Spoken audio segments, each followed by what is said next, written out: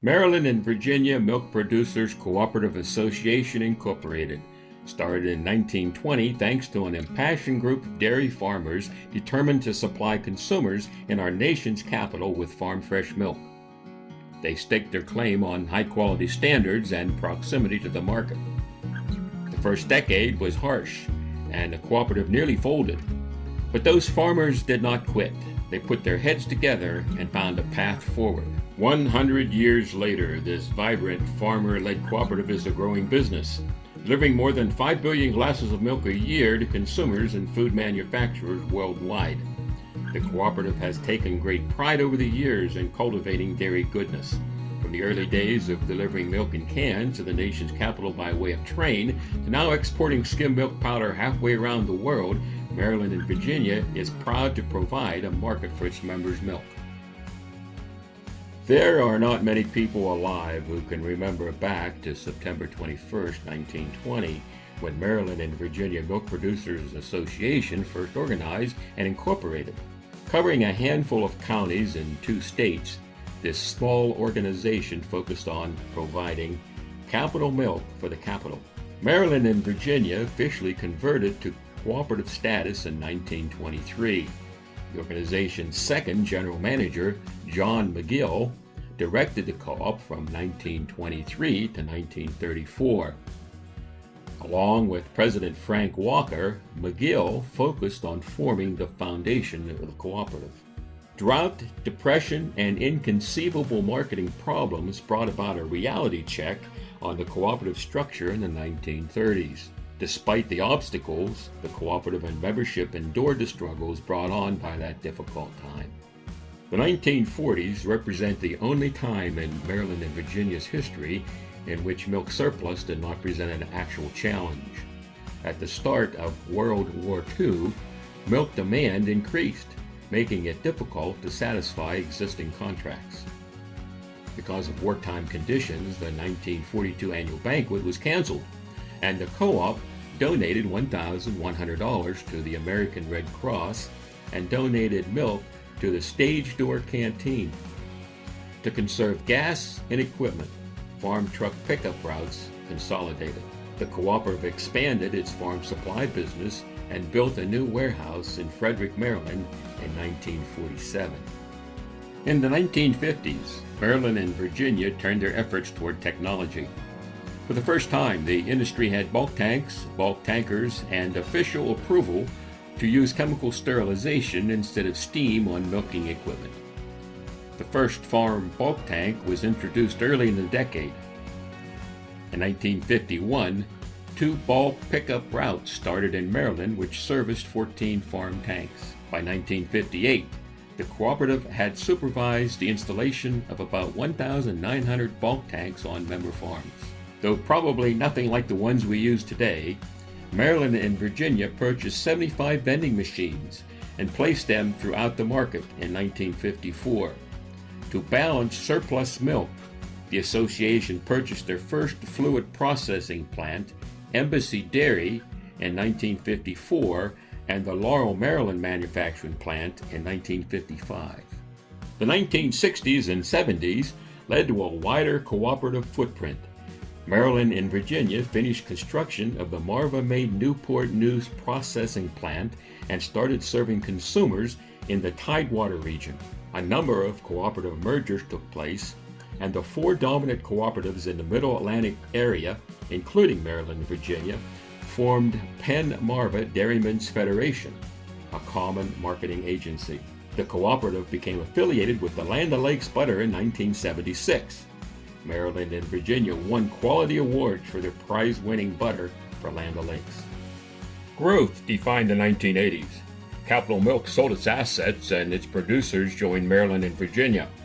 The cooperative sold the office headquarters based in Arlington, Virginia, and moved to its present location in Reston, Virginia.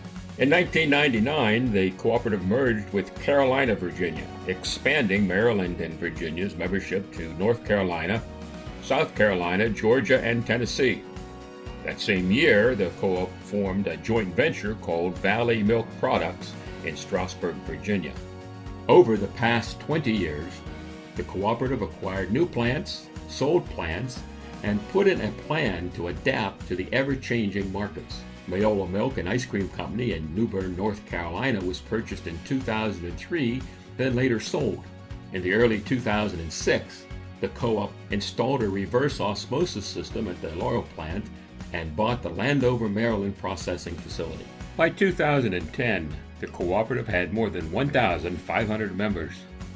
Members overcame severely low milk prices the year before and became experts at capturing efficiencies.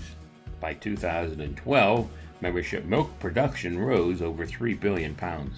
Over the course of 2015 and 2016, the cooperative invested $40 million to improve its facilities and specifically its consumer products plant in Landover, Maryland, and its ingredients facility in Laurel, Maryland. In a world where fluid sales are on a decline, the co-op had to differentiate itself in the marketplace. In 2017, Maryland and Virginia launched a new consumer brand, Mayola Local Dairies, to replace the previous brands Mdva Made and Mayola. The Mayola Local Dairies brand celebrates our unique co-op story and the local family farms who supply fresh dairy goodness to nourish their communities. The brand image harkens back to our dairy heritage spanning nearly 100 years. Today, Maryland and Virginia has become its own largest Class 1 customer, controlling the flow of more member milk from the farm to the consumer.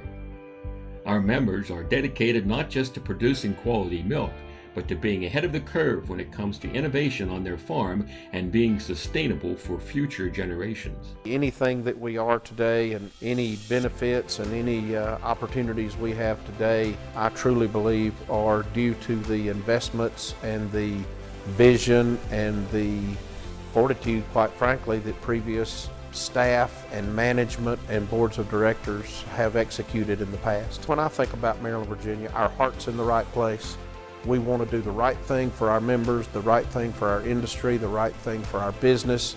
We want to do the right thing for the right reason. If we do that enough, every day, all the time, good things will happen. We've always known every day where our milk's going. You know, we've always had a good market. We market a lot of our own milk through our own plants and trying to sell our own product, not just private label stuff, but also in branding. The future of the co-op is really bright, I believe. Maryland, Virginia has historically performed very well for our farm. It's done very, very well. The markets have been good. It also provided at different times a significant value added component to the market for us through their plants and things. They made some extra money and they've distributed that back to the farmers. So I think Maryland, Virginia is unique. It's certainly, I'm going back to the history, its uniqueness has been its management team, which understands what it's there for, that in the end they're working for the dairy farmer and they know that very well. One of the things that I feel that sets Maryland, Virginia apart is the field staff service that we offer to the producer. If a producer has a challenge or a problem, he can call the field staff and get assistance for that problem and get it taken care of right away. My most rewarding part of my job is working directly with the producers. I get to work with them every day. I feel that they are the backbone to the co-op. They get up every day to take care of the cows, and we work to take care of the milk that they're producing. It's good to learn what the co-op's future is and what they're thinking. My plans here in this operation are to move with the industry the way it's going. And I think Maryland, Virginia's done a good job as well with that, keeping up with the industry and preparing herself for the future of the industry. I do have a daughter that's 2.5 now, and she'll be coming up through, and hopefully there's plenty of farm here for her in the future if she wants to help out. Markets have risen and fallen. Customers have come and gone. Plants have opened and closed. 100 years have passed, and Maryland and Virginia continues to forge onward. In it for the long haul, the cooperative has invested in its operations to do dairy differently and to control our own destiny. The journey has not been easy, but our resolve is strong. As we celebrate our 100 years, we look back on where we've been and honor the generations who laid the foundation of our cooperative. Maryland and Virginia would not exist without your initiative and determination. We will remain true to our roots and proudly continue to embody our mission to provide a sustainable cooperative that maximizes value to our farmer owners employees, and customers for another 100 years.